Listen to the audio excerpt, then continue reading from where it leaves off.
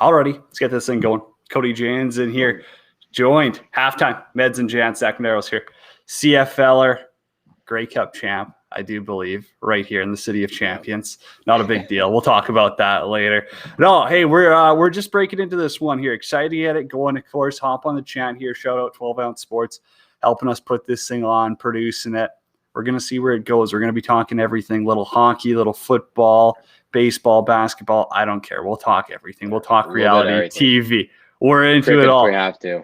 Zach, say what's up to everyone here. Obviously, I mean, there's going to be a lot of Americans watching who maybe don't know the CFL as well, but give some backstory on yourself too, dude. Yeah, well, I'm obviously, it's a pleasure to be here. I'm a CFL vet. I've been kicking around the camp for a while now. I've been part of the league for 7 years now, and obviously I'm not quite sure if we're gonna be playing again this year. So we'll be running on 8 years here. But yeah, I love to get into the rules of the game. And for the Americans that don't know about the 3-down league, again, I love to get into it and explain to you guys how it works, because obviously when you see the goalpost on the goal line there and seeing, missed field goals and punts count for 1 point, it does get a little bit confusing. But yeah, I love to dive into it. That's the biggest one. Even when I was playing hockey down in the States, everyone was like, why are the goalposts at the front of the end zone? Like, no one could figure that out. I still don't even know the answer or anything. Yeah. So that's obviously a funny one. Missed field goals, getting a point. I feel like that's just setting yourself up to get chirped a little bit, where like Americans, they don't grow up with that. So a little bit of a different game.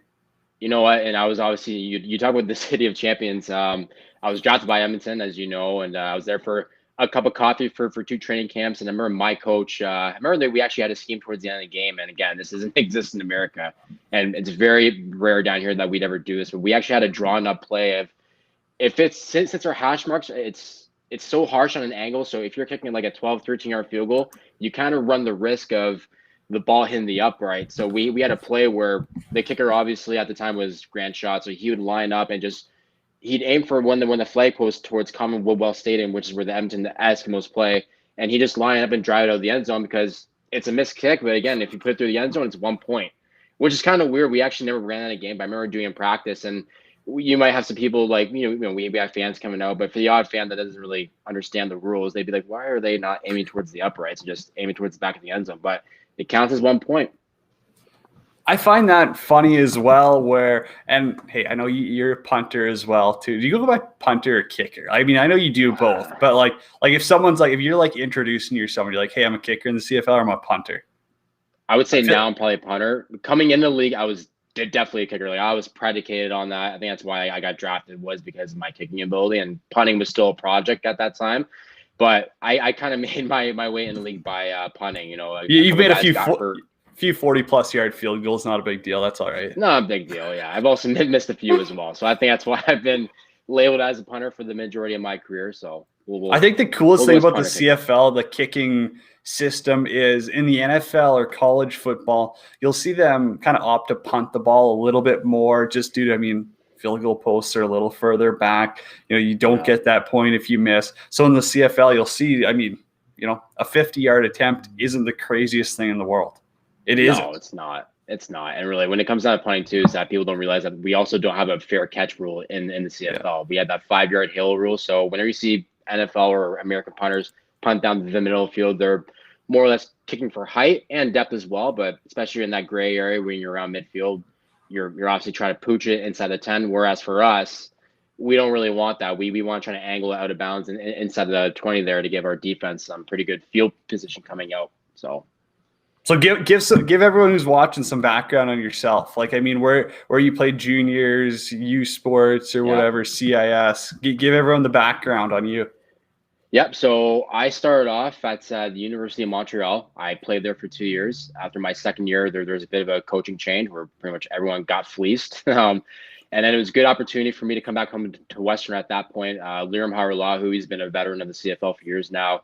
He was on his way out, and it was an opportunity for me to be, back closer to home with my family. And I felt like it was a great opportunity for me to kind of, accept that challenge for myself. And I kind of missed home a little bit too, being from London, Ontario, going over to Montreal. Like, I love my time there, but it was a bit of a culture shock, not really knowing the language at the time. But coming back home, it was a great opportunity for me. So then I finished up at Western for the other, year and a half, 2 years. In between that time, I had to sit out a year. So I played Beefeaters for the junior team for London Beefeaters for 1 year there. What a name. What a name. Yeah. It's actually named after a hard liquor, I'm pretty sure too. So whenever people are like, what the hell is a Beefeater? And they didn't know, I really have an answer for them at the time. Like, I think it's a guy that eats beef. I don't know. Like, what do you want me to say? But so played there for a year. Obviously sitting out a year from CIS, you obviously had to wait a year to get back into that system again. So after that, played at Western, finished up there, and then got drafted by your Edmonton Eskimos, man. Did you ever play against the Hilltops in Saskatoon? I got Junior wagon. Talk about a wagon. So the year I played Beefeaters in 2012, we actually had a wagon too, because that was the first year where the Beefeaters had affiliation with the Western football team. So, and Greg Marshall, the head coach at the time, they loved to bring in like 130 guys to the team. And they actually made a rule by that now where you're only allowed to bring on 90 guys, just because he was kind of, you're not allowed to do that. It's a while, but it was good for us because for the guys who didn't, who were on the bubble or just, it was a depth thing. They can play junior football, but still high quality players, right? So then we grabbed like 20 or 30 of them. And then for us, like, Beavers have always been one of those teams where they've had tough times making like a depth chart or like a game roster for guys, because they're hard pressed to get 40 guys out to a game. You know what I mean? So it was always tough for them. And that year we had 70 guys on our roster. So we literally had to make a dress roster and a practice roster because we had so many guys come from the university team. And we were good. We ended up winning the OC championship, which is the first time that's ever happened in the league's, in team history. And then we played the Saskatoon Hilltops. I remember this in the semifinal game. And I remember leaving London. It was still pretty decent weather. It was in like early November. It was still like, it was weird. It was like 10 degrees, a little windy, but 10 degrees, which is phenomenal weather at that time of year. Yeah.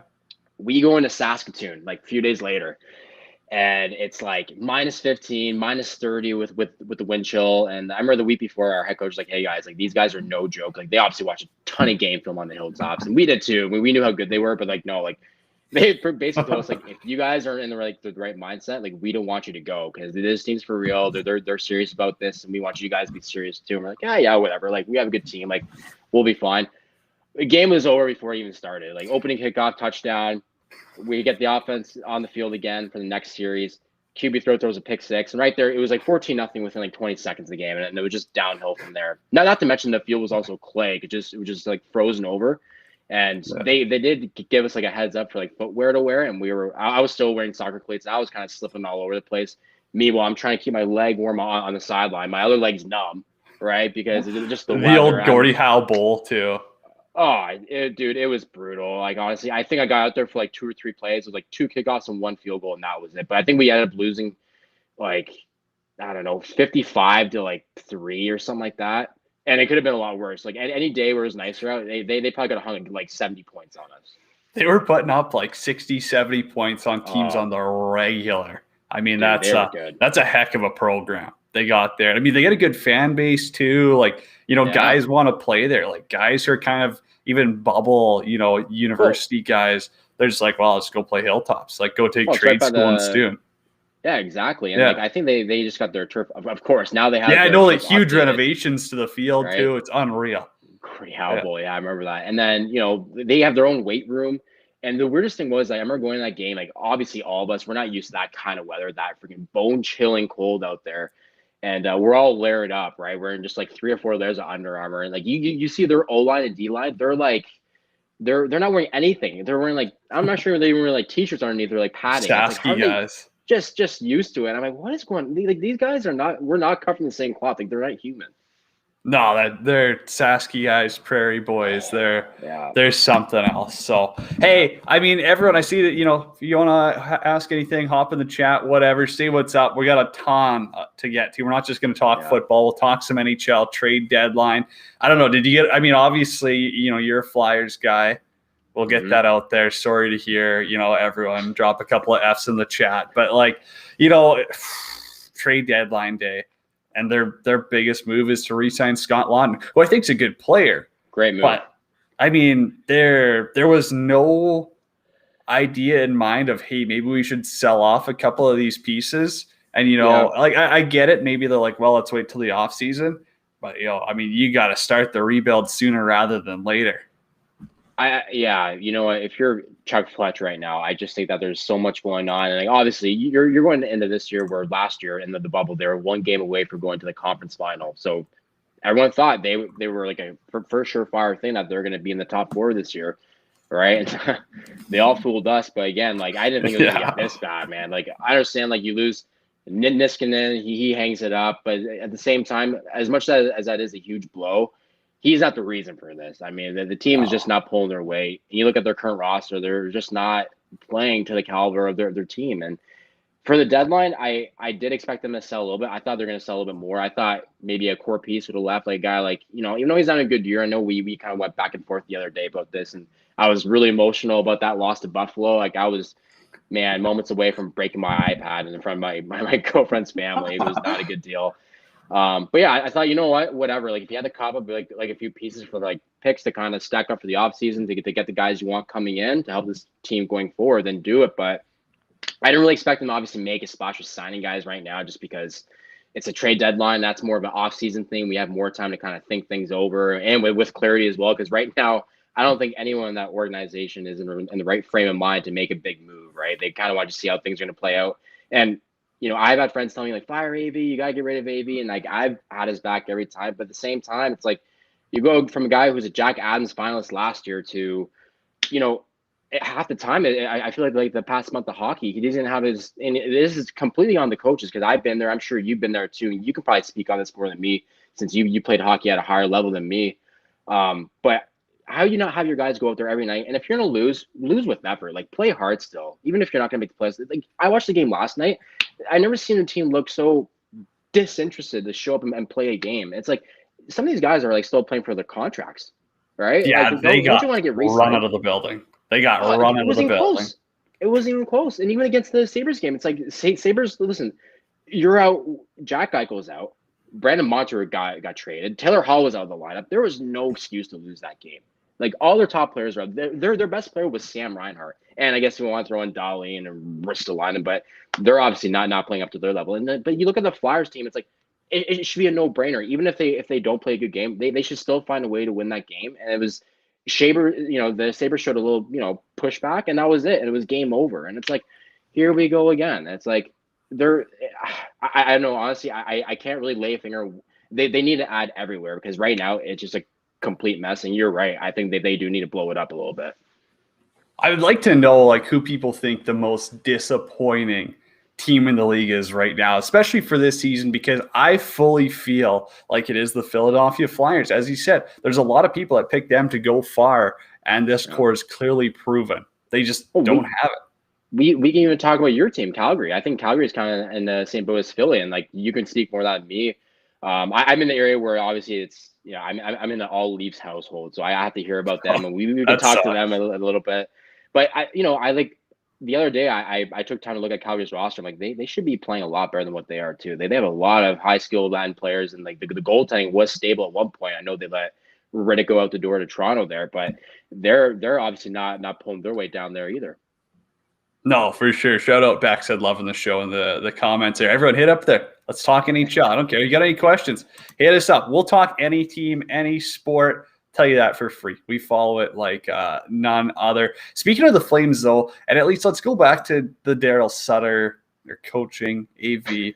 I find that even though Sutter's old school, I find, as you said, lose with a little bit of dignity. At least they go out there and they play hard. I give them that. Does seem maybe a little old school. Maybe, I'm still surprised Zach Ronaldo isn't getting in the lineup as much. I still feel like he can be a good fourth liner in the league. Yeah. But like, I don't know. I feel like they at least go out there and play hard. You can give them that. Yeah, no, exactly. And like, how'd you? I want to ask you this. Would you think of his comments about Johnny Hockey playing his 500th game there? He's straightforward. He's as straightforward as Oh it man. gets. Oh man, I didn't mind that. You know what? I would have gave him like a little stick tap there and just say, hey, you know what? Don't bring that up in the media. Just say, you know what? He's had a great career thus far, and we hope that he kind of continues that going forward. But he just like, you know what? If he plays a 409 game like he did, that was Yeah. He's a straight shooter. He's not gonna hide anything. Jack in the Box goes, Carter Hart not playing to his potential. Tough to see. Let's dive into Hartsey here too. I mean, another guy from right up here in Sherwood Park.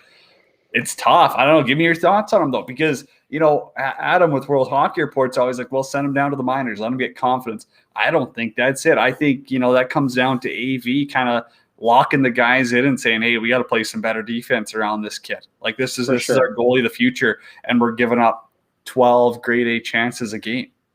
You know what? I liked the move what they did, kind of giving him like, they obviously hit the reset button on him a little bit, saying, you know what, just take the week off, take the 10 days off. We're gonna play against the Sabres, which obviously it should be a walk in the park for them, right? And I thought that was a great opportunity for him to just kind of find his game again and find, he's obviously a very technical goalkeeper, so just work on the things that got you there and made you like a second round pick.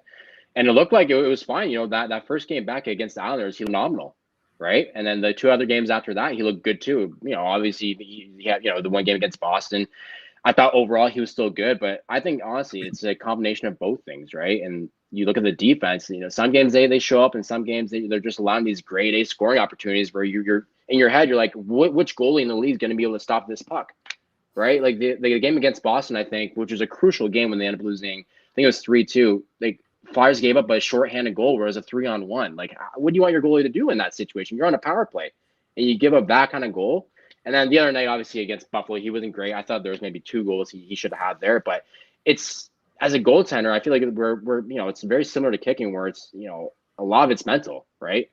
And I think he needs a defense to play well for him too. Like it's harder for a goalie to show up every night. You're asking him to make 40 stops. Meanwhile, the other team and 40 stops along with staving like 8 to 10 grade A scoring chances. Like that's tough to do for any goalie. Do you think that Brian Elliott is the best option as a backup, or do you wish they would have gone out and got a Devin Dubnyk?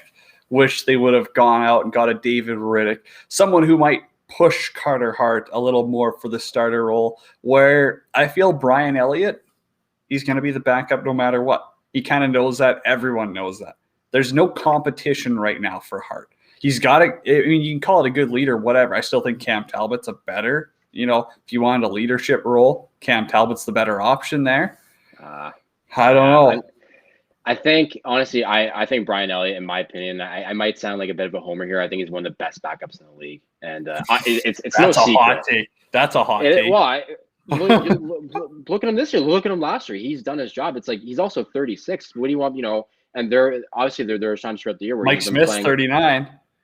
He is 39, but he's a very hot and cold goalie as well. And so is Brian Elliott. We'll put him in the same category. Obviously, Mike Smith might be a bit better. I'll give him the edge there. But Brian Elliott he's had a lot of the work this year, a lot of the bulk of the work this year, especially when Carter Hart has been struggling at times. You're asking this goalie to go in to play 3-4 games in a row at 36. It's like he needs rest as well, right? And you also need Carter Hart to kind of pull his weight. There's games where he played against Sabres, he shut them out. Hart did as well, but he's played well against Boston. He played well early on in the year, and he kind of saved them. When Philly was finding ways to win early on in the year when they're getting outshot by like 20 shots a game, like Brian Elliott was a huge part of why they're winning those games, right? But at the same time, it's like, given his age and where he's at in his career, he needs Hart to be, solidified that number 1 spot, because there was a few weeks there where they kind of rotated, and it was, Brian Elliott kind of turned into a star for a little while there. Obviously, that's not the road they want to take. Harter's still going to be the guy going forward, but at the same time, I think Elliott's done more than pull his weight. It just sucks because of the load management, and he needs more of that, and the workload he is getting. It's kind of unfair to ask that for any goalkeeper at his age.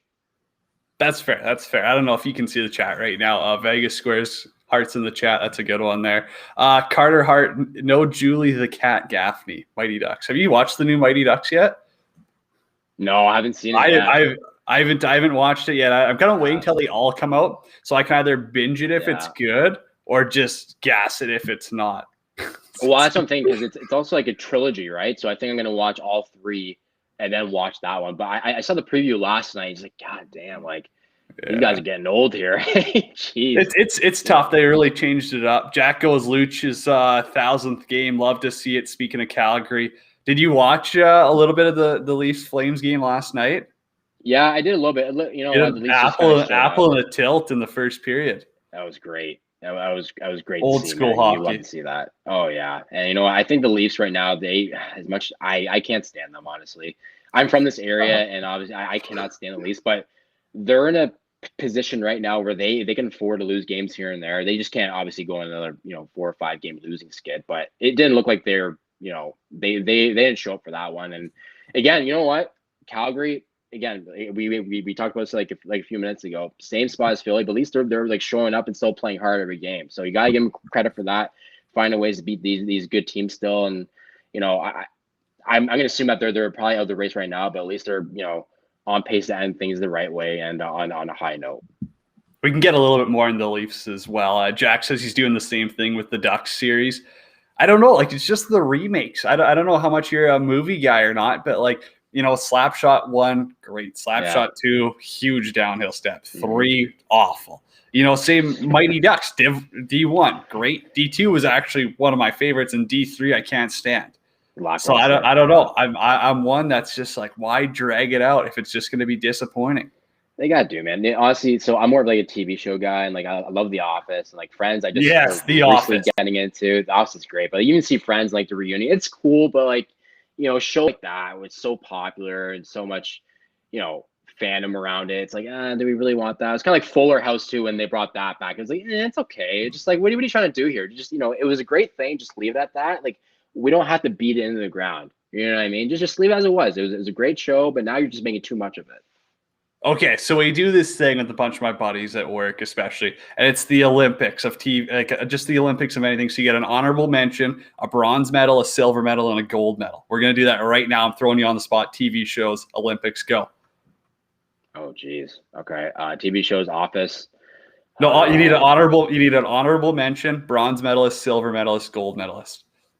Oh, okay. And this is all for TV shows. Yeah, just TV shows. Oh man, okay. Honorable mention, Simpsons. Okay. And then bronze, silver, gold. Is that what we're doing? Yeah. Okay. And then we're gonna go. Honestly, I was a huge fan of How I Met Your Mother, so I'm gonna go bronze there. I know. Bob's Burgers. I'm huge into. I love that show. Yeah, Bob's Burgers. Oh. You know what? It's like 1A, 1B. I'm gonna go Bob's Burgers and Workaholics. 1A, 1B there, and then Office is number 1. Yeah. I would say honorable mention. I'm a South Park guy. I think that's I like South Park too. It's a very underrated show. Yeah. Bronze medal, American Vandal. If you haven't seen it on Netflix, I'm a huge Jimmy Tatro guy. Go watch it. Silver, definitely Parks and Rec. Another one that people don't talk enough about. Yeah. Gold's got to be The Office. That's the gold standard. It's tough to argue that, man. Great show. Vegas says, I never knew there was a Slapshot 3. Yeah, don't watch it. Honestly, take a pass on that. Jack says, Mighty Ducks D3 is awesome.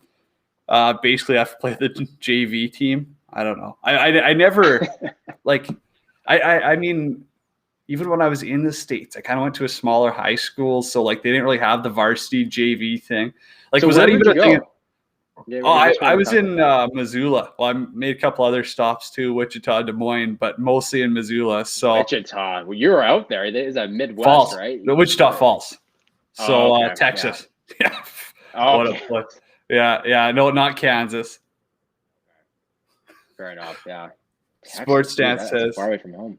Highest of 5s for giving a medal to How I Met Your Mother. He was a huge one for that. No, I went to 5 different schools from grade 9 to 12. I was suitcase hockey life.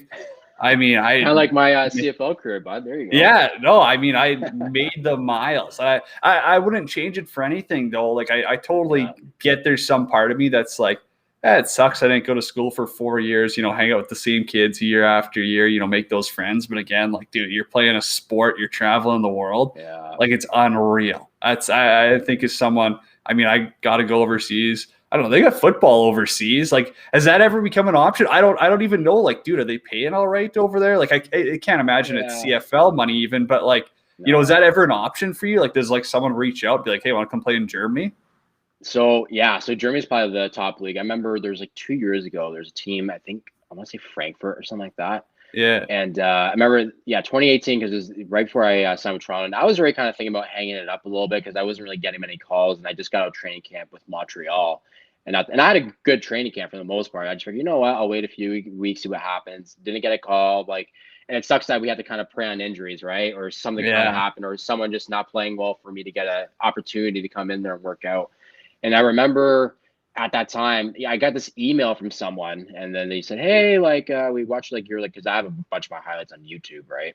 And we haven't seen your name pop up in like the CFL radar for maybe about like a year or so now or whatever.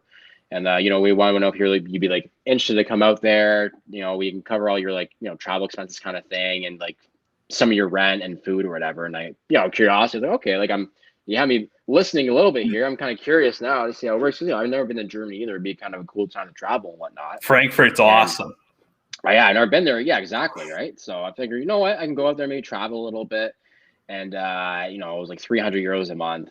And that was included for everything, for like rent, for the food. And I'm like, okay, is that just for the rent? How much for the food? And then like, no, like that's everything. I'm like, man, you got to bring me a little more than that. It's not. That's kind of like minor league hockey too, though, where if you go overseas, like not everyone's playing in the KHL or the SHL. So like the guys who are playing at the minor levels, it's usually you might get your flights, you might get your housing, some food, and like 500,000 euros. If you're good, you get a couple grand. Like it's nothing crazy, but you're kind of getting that experience too. Exactly. That's part of the reason I went overseas to the Czech Republic too is it's the experience. I don't know. Like, dude, if you don't do that, you're kind of just like, well, I can go pay for my vacation, but again, might as well, strap on the pads and let these guys pay for a little bit of it. Yeah, and I was at the time, like if I was playing in the NFL, it would have been different because I would have been set, right? Yeah, obviously a lot more money. Dude, guys in the NFL getting paid. Oh, dude, even kickers, man. Like if you're doing your job, you can make up to like 3-4 million. Like if you're like elite, right? But here, we're getting paid like 70 grand in the CFL, right? 70, 75, and obviously if you're like the Medlocks of the world or the Liams, then you're breaking over 100. But I was never in that realm of pay. So, but it worked out because then after I said no, thanks, but no thanks, kind of moving on from that, I got an opportunity for Toronto like 2 weeks down the road. So kind of happy I didn't take that opportunity because I ended up working out in the end. So yeah, no, it's cool life experience, but really you can go over whenever. I guarantee you could literally shoot any team an email or a call and just they'd be like, okay, let's go. Okay. We got a bunch more coming in here. Oh, still on the TV shows. Gold, The Office, Silver, Brooklyn Nine-Nine. How I Met Your Mother. You put me on the spot, but there's so many. Like honestly, I well, that's the fun part about the Olympics is you don't have time to prep for the Olympics. I know. There's so many good shows. Still Standing. Honorable mention. I don't think I've ever seen that or heard of it. So no, is that might be on Netflix? I'm not sure. Maybe I've seen it kicking around there on Amazon Prime. And then Jack went back to Mighty Ducks. He says D2, they basically win the World Juniors, but then they don't make their prep school, high school team. I guess that makes sense. Yeah. Who wants a realism there? Okay, let's go back to NHL Trade Deadline. Talk about that since we kind of glanced over it. But realistically, who do you think? Won the day. Give me a couple of winners, losers on your perspective. Ooh, well, okay. I'll start with the teams that I didn't think do enough to add to the trade deadline. I think the Carolina Hurricanes could have added a lot more, honestly. I'm bad for this. I always bring up Philly, but I think Carolina's kind of similar to Philly from last year where they have a good enough roster, but I thought they would have added a few more depth pieces just to kind of help them get over that hump. Because with the team they have right now, they do look good, but I don't really see them making it past. If they do find a way to get to the conference final, I just don't see them getting over that hump with some more pieces.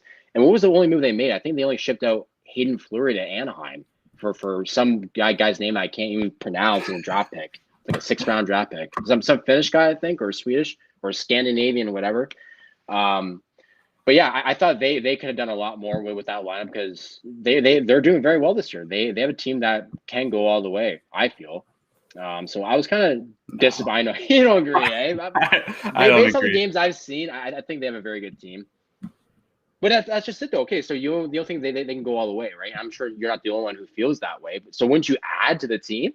Like they're right there. 100%, they should have. And Right. This is a huge disappointment from Carolina's perspective, a guy like James Reimer, who has a little bit of value, he's not going to be your starter. This Nedeljkovic, he seems like he's going to be a good 1B option. Why wouldn't you move someone and pick up another forward?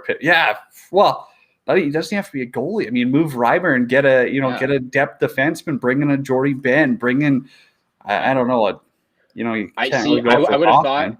Yeah, and then I guess one of the teams that I thought did a really good job, obviously, Stanley Cup winners from last year, Tampa Bay did a really good job. They didn't do too much, but they kind of shored up on the back end there, getting David Savard. But I thought Carolina, he would have fit in well there as well. I thought that would have been a great pick for them, but Tampa just keeps. They weren't gonna pay a draft pick for him. They know that their time's not there.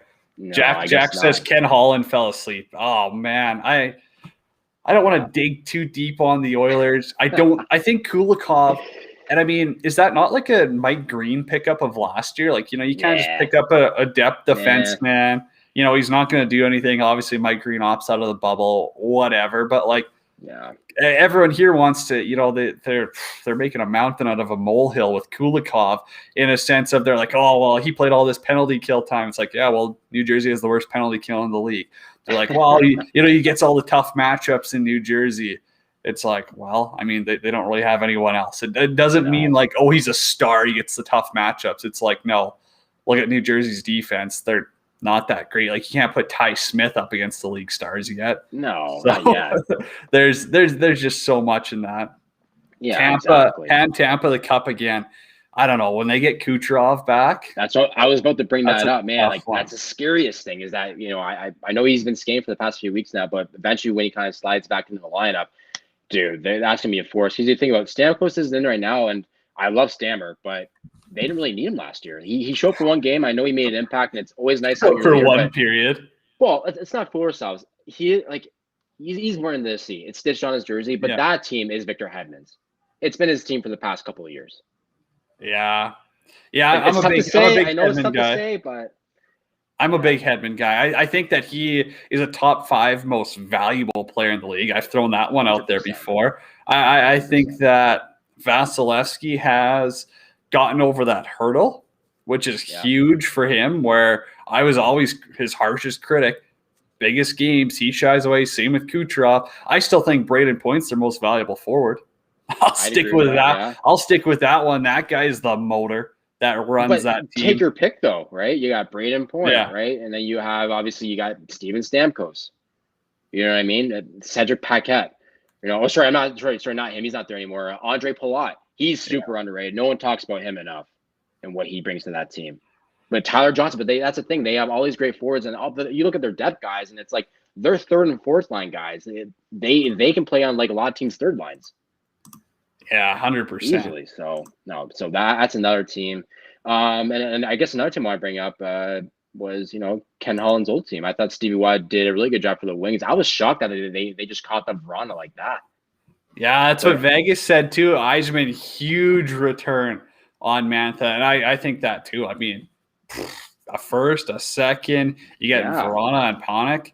I mean, even if Verona doesn't, I don't know if he's an RFA or not, but even if he doesn't stay, like, you got a first, a second, like, you're gonna take on a little bit of cap for the Panik deal, but like, man, I like what the Wings. Yeah, like I like what they're doing though. You have a guy like Verona, and again, I don't really know what his contract status is, but if he's gonna be in the long term, you have a prospect like Lucas Raymond coming up. I believe Joe Veleno belongs to them as well.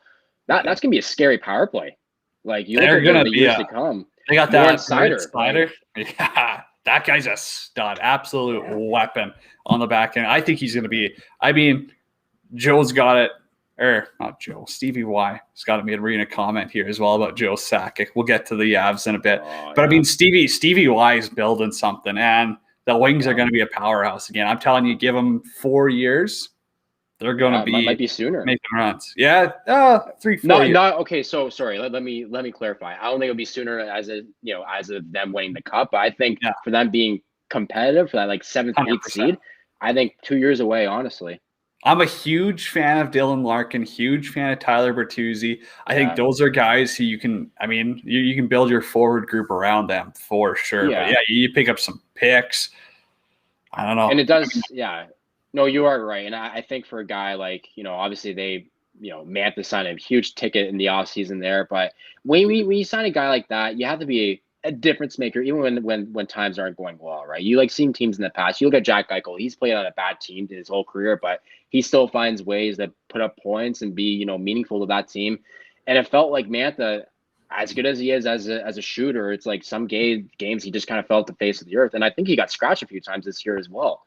Yeah, no, I think, and I mean, you hate to throw attitude issue on anyone, but I mean, that just seems like there's games he's totally disengaged. I mean, we've talked about it before. I don't know. I love to get everyone's thoughts on the whole Joe Sakic thing as we move over to the Avs. Like, dude, the Avs didn't do anything. You got a chance. You got a lot of cap space. You got room to make a rental, and they bring in Devin Dubnyk and they bring back Soderberg.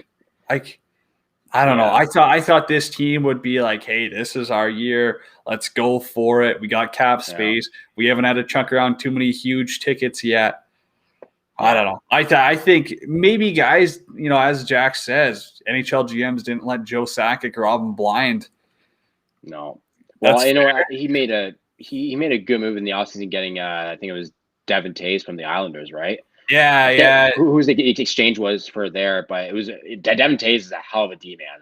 I would love to have him on the Flyers. So I love Zadorov as well. Zadorov, yeah, that's who they moved as well. Yeah, to the Blackhawks. But I guess it's I think the Avs in first spot in the West right now, right? I think Vegas is behind them by 1 point. So yeah, I am kind of shocked by that too. It is a bit of a head scratcher why he didn't add. Like I thought Taylor Hall. Like I know there's a lot of buzz about that in the offseason that he might be that might be a potential landing spot for Colorado there. And I thought again at the trade deadline, okay, well, if they want him, here's the opportunity to grab him. It's like you said, they have so much cap space. Why not? If you think your time is now, which it is, I think like they currently sit in first. You have all these studs. Look at the guys they have in their top 6, and you add Taylor Hall to the equation. It's a no-brainer, right? No, they're good. Avs need to stay healthy. Yeah, Grubauer, that's a tough one. But now, I mean, instead of going to Francouz or Hutchinson, you're going to Devin Dubnyk, a guy who that's a miles ahead. Joe Sakic calls, don't pick up. You're going to lose the trade. That's probably fair. I don't know. Grubauer is going to be a UFA too. Like they don't have any goalies signed after this year. They're in an interesting spot where I don't know. I don't know what the plan is for next year for the Avs. They got some stuff they got to deal with. You're going to have a couple of huge tickets coming up. I mean, you think of your Bowen Byrams, Cale Makars, McKinnon signed for a little ways longer, but like, you know what, you just brought the sour spot. I was talking about this the other days. Like, so I'm not quite ready to call Nolan Patrick a bust quite yet, and this matches up with this conversation. I promise. When he's out of Philly, he's going to be good. I'm telling you. He will be. It's just his time's kind of ran its course there. But dude, that draft class, like I know Nolan Patrick were the first 2 guys. You know who went 3 and 4 after those 2? Was it Mero Heiskanen? Yeah. Like how? Like man, imagine the Flyers had Cale Makar or Heiskanen. Like you couldn't go wrong on either guy. Imagine them paired with Provorov. And right now it's like a revolving door with them. How about Provorov? Looking at that draft. I don't know if you know. I mean, this is a kind of a joke-ish in the hockey world, but like, dude, when Provy was playing juniors, like everyone was convinced he had a fake passport. Like everyone thinks he's 2-3 years older. Like that's literally like a known rumor. I wish anyone. It's the same thing with Ovechkin. Everyone was saying like, oh, when Ovi was 16, he was bigger than every 20-year-old at the World Juniors. Like, dude, everyone thinks that too. It's the funniest thing ever. And like guys, Russians, I know, you just never know, man. There's something else. Also, Aaron goes, why so much love for Taylor Hall? Are we sure he even likes hockey anymore? Yeah. I don't know. I don't disagree. Is he a difference maker? No. Is he a good depth forward for $4 million? Yeah. I mean that works well with the Bruins. $4 million for Taylor Hall on a rental. You don't have I mean, if it doesn't work out, there's nothing wrong. I mean, they lost a second and Low Anders risk, Bjork. right? I mean, Bjork was a healthy scratch for how many games? Second round pick is what's a second round pick's chance of making the NHL? I don't know, 20%, maybe. Mm-hmm. Maybe 20. So that pick could be very valuable, especially with the juniors not playing this year. Who knows? After the first round, right? It's gonna be very saturated because the scouts don't really know what to expect because obviously the WHL played this year, but you look at the OHL and I guess the Q has been playing as well, but the OHL, who do you know from there? Like I'm sure they have their eyes set on some guys, but it's tough. I mean, they still got footage from previous years. For They sure. still have, there's ways to draft. I think it gets blown out of proportion a little bit, but still, if 80% or so of second round picks aren't playing 50 games in the NHL, I mean, what's the big deal about a second rounder? In my opinion, I don't think it's. Right. I don't think it's worth it to not have a guy like Taylor Hall. If he's willing to come to Boston, if he wants to come to Boston, you give that up any day of the week. And you sign away Anders Bjork because, well, it's Bjork. He's a fine player, but he's not going to do anything better. It just hasn't worked out. And it kind of, backtrack a little bit back to Taylor Hall. I was talking to my buddy about this the other day, and I'm kind of, whoever mentioned that in the comments, I'm kind of on their side a little bit. Whereas, yes, you know what? Let's not forget this guy won the Hart Trophy back in 2017, and him and Keith Kincaid carried the Devils into the playoffs, right? So that just is, exactly. But that kind of skill set and talent, it doesn't just go away. Obviously, he went to Arizona, it didn't work out, but you look at the crop of talent there, not great, right? And then he goes to the Sabres. He should have done better. Obviously, he didn't play well. I mean, 2 goals in 37 games for $8 million, like that's just not going to cut it. But now, at the same time, he is starting to run out of lives. So now it's like, you know what? You're 3 years removed from your Hart Trophy. You haven't really done much since then, right? You're going into a situation now where you're probably going to be on the top power play guy with the likes of Pasternak, Bergeron, Marchand, guys like this. So you have no more excuses. You have to be the Taylor Hall from that 2017 year. Yeah, was it 2017 or 18? I feel like it's 18 for some reason. Was it 18? Okay. I could be off as well. Vegas goes, Golden Knights got better by Ryan Reeves going on LTIR. Hassan says, hello, what's up, buddy? I don't know. Like, I mean, I'm a big Reeves guy. I think that he's a very polarizing player, man. Yeah, there's not many like him. Him and Tom but Wilson, again, sure. Yeah, he doesn't even provide the offense like Tom Wilson, though. No, okay, I gotta get into my bookie I read here for 12-ounce sports. Everyone knows best time of the year for sports coming up: NBA playoffs, Stanley Cup playoffs, baseball full swing. Want to get in on the action responsibly? Head over to mybookie.ag. Use promo code 12OZ Sports when signing up for a deposit bonus. First time users only. mybookie.ag promo 12OZ Sports. Always gamble responsibly. How are we all? Yeah, we're doing great, Hassan. We're just hanging out here talking sports. Anything you want, shoot it our way. Good take on Hall, Zach. See, he spelled your name right. I mean, I always think your name should have an H in it. I don't know. Dude, I mean, that's Zach. That's Zach, man. I know, but is your full name not Zachary? It's actually Zach. It's Zachary with the K. Oh, I knew it. Yeah. So you're just a game changer. You're a trailblazer. With the Trailblazer, man. I've seen it all. I've seen ZAC. I've seen ZAK. Obviously, ZACH is probably the most common one. But dude, I have family members. Anytime I get like a birthday or like Christmas card or whatever the case is, that family members are writing my name in. It's always these are people I've been around in my life for 20 plus, 30 years, and still can't get my name right. And I meet someone, some Joe Schmo off the street that I've known for like 2 weeks. Like, hey Zach, they'll like text me and I have their name saved as ZACK. It's like, how can you get it right? I've only known you for 2 weeks, and I've, people in my family can't spell it right over, 30 years of knowing me. It doesn't make any sense. But yeah, I gave up on that. I'm just like, you know what? There's no point. I just don't care anymore. Whatever you spell it, that's just, I'm used to either or. So, I feel you there. Do we want to talk? Well, I guess let's hit on a couple more hockey things. Memorial Cup got canceled, and so I mean, you played a little hockey growing up, but again, at this level, I think it just wasn't right for them to play this year. I think that the OHL's not going to play the Western League. I mean, we were told by coaches back in October that they were like, hey, we were told not to prepare for a Mem Cup. Like, it's not happening. So I don't know, not too surprising there. The Q's having a weird year with COVID. All the dub divisions are playing different games and stuff. I don't know how people can be surprised. It does suck for the guys, but I don't know. Everyone's kind of blowing it out of proportion. They are a little bit, and correct me if I'm wrong, because I know, so the Q and the WHL are playing, right? Yeah. They both played the years. So the OHL is the only conference that isn't playing at all. Yeah. Or league, sorry. So, but why not have it? I understand that the OHL isn't in it. So obviously, if you win it, there's going to be an asterisk next to the championship saying, "Oh, well, the best teams from the OHL were in it." But too bad, the teams, the league's found a way to battle out and find a way to get the league underway for both leagues in the in the Quebec League and for the Western Hockey League. And there's still a lot of great talent in those leagues. Especially in a year like this where you made that happen. Wouldn't you want to still put on a Mem Cup?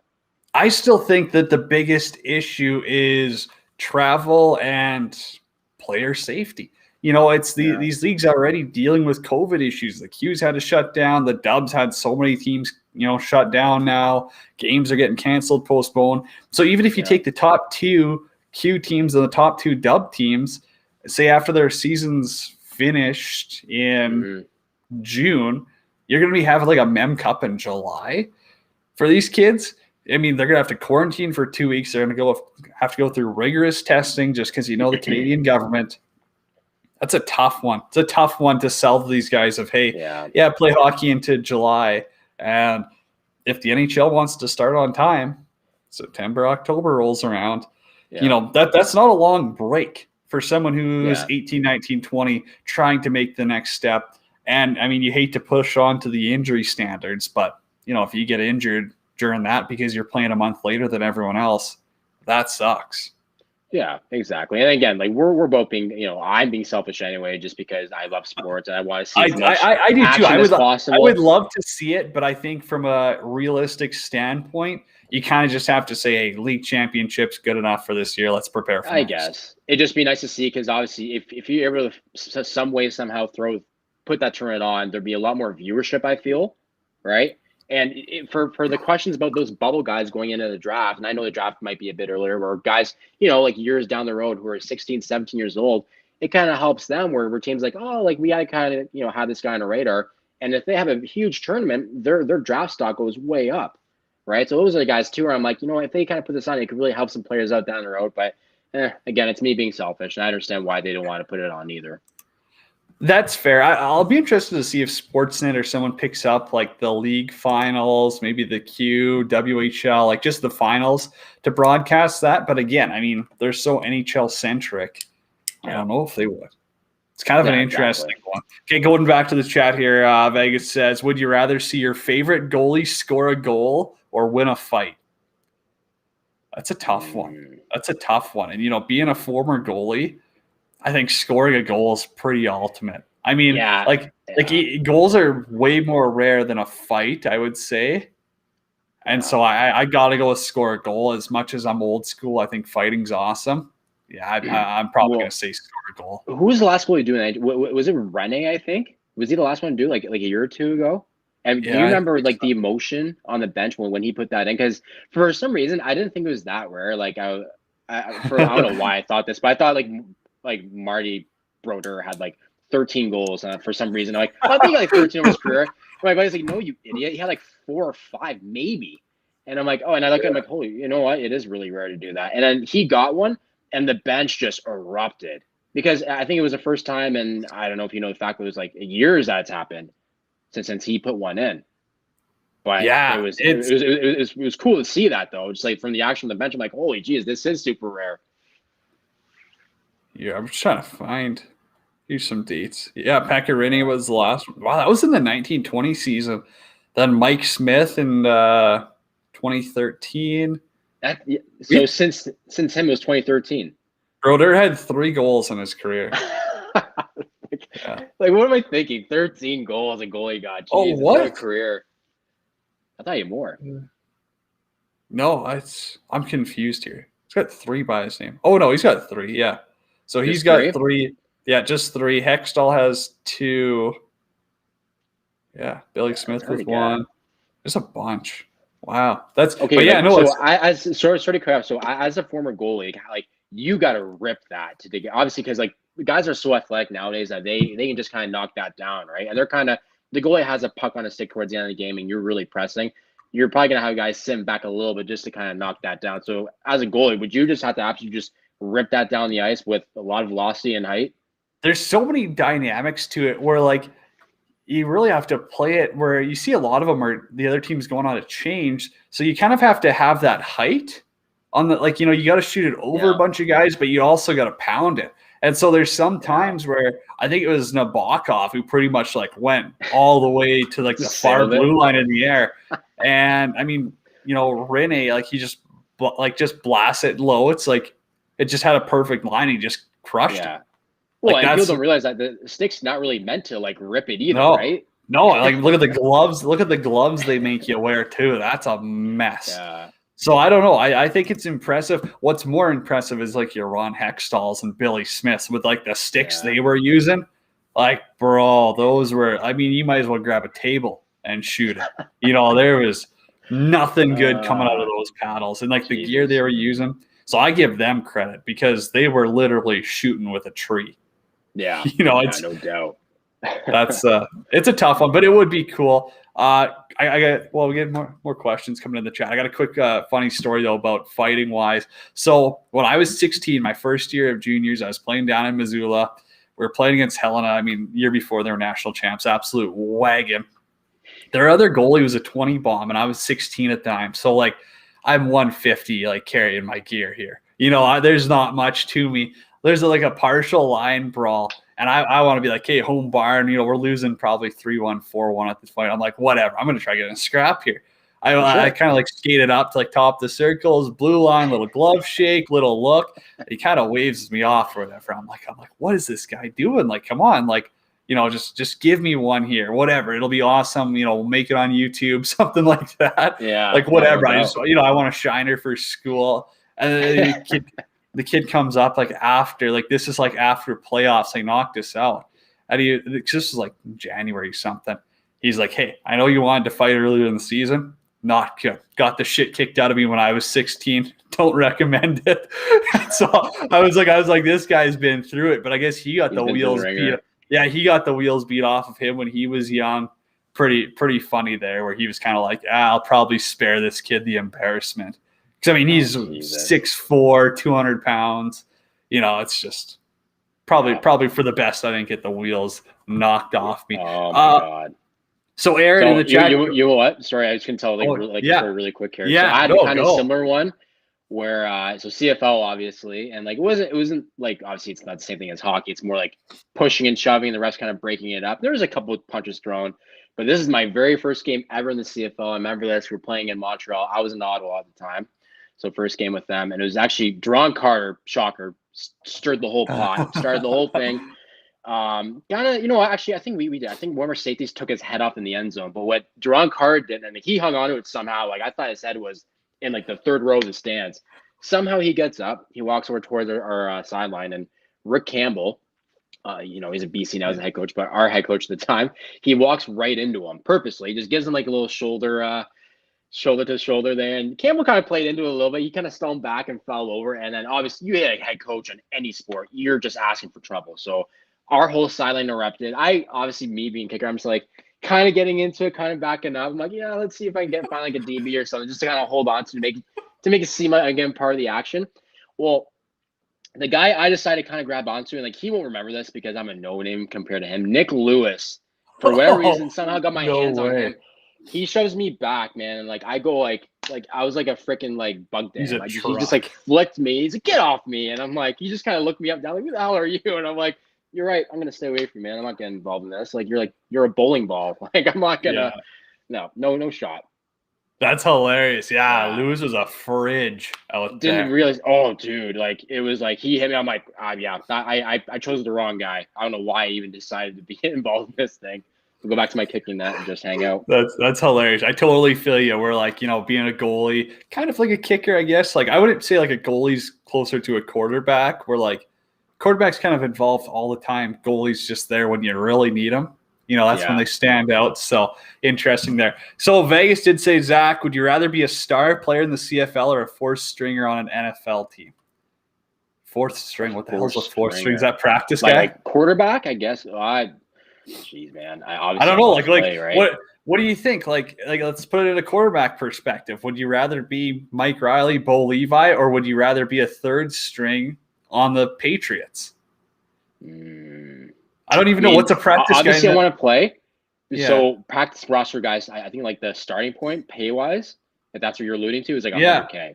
I thought it was like 90 or something. Like they were saying on Bussing with the Boys. Now, so. if you're, I would say I would still want to be a star player in the CFL because obviously I want to play and not just the competitor me. But if you're going to say, hey, would I rather be a backup QB or a star player in the CFL? I would 100% say backup QB because that guy's the biggest beauty on the team. He's for the boys. He hardly sees the field.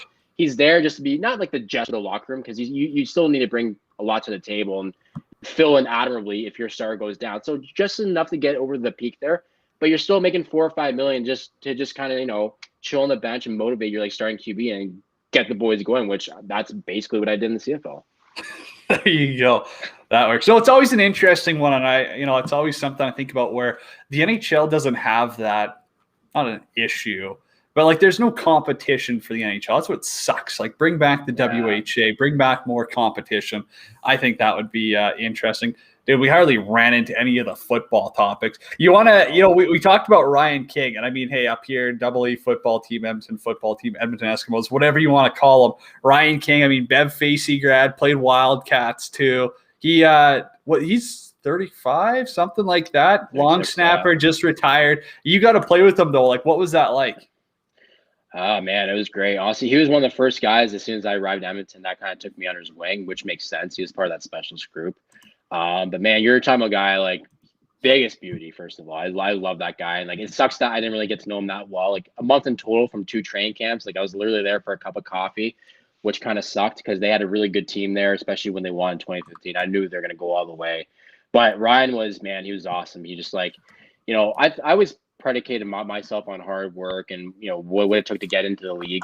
And you see like a guy like him work day in, day out, did just the little things off the field, taking care of the body, showing up early to the stadium, watching a ton of film. And for a long snapper, I really, I just thought, okay, you're just snapping the ball. But like he's working on his hip movement, he's watching his hips, he's watching the way he turns his hands, the way he shoots back, just the little things. And like, when I saw guys like him, Hugh O'Neill and Grant Shaw doing this on the daily, I was like, man, I really got to step it up. Like if I want to stick around this league for a long period of time, I mean, there's a reason why these athletes are getting paid to play games because they're doing the little things right to kind of hone their own craft and to play for multiple years at a time, right? But Ryan was the prime example of that, and I learned a lot from him. So from my time with him, I was just trying to be a sponge and just trying to absorb all the info that he gave me to be successful going in the league. And I think from the success I did have, I owe a lot of that to him and obviously other guys too, but mainly to him because he kind of helped me keep cool and collective throughout the whole process when I was in Edmonton anyway. Wow, that's I got a million questions about the CFL. We're gonna have to dive into it next Wednesday. We got to get out of here. Philly Pete's up next on 12 Ounce Sports. Zach, plug your Twitter, Instagram, wherever people can find you quickly. So guys, you can find me at zmedeiros90. I don't know if they know I spell my last name. Obviously, is it Medeiros or Medeiros? Either or. It's not Medeiros. No. Damn telemarketer calling me Medeiros. How do you say it? Medeiros? Medeiros. Okay. There you go. No.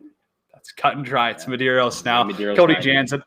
I'm on Twitter at Janner31. Shout out Jeff Beck, 12 Ounce Sports, for helping us put this on. Until next week, everyone.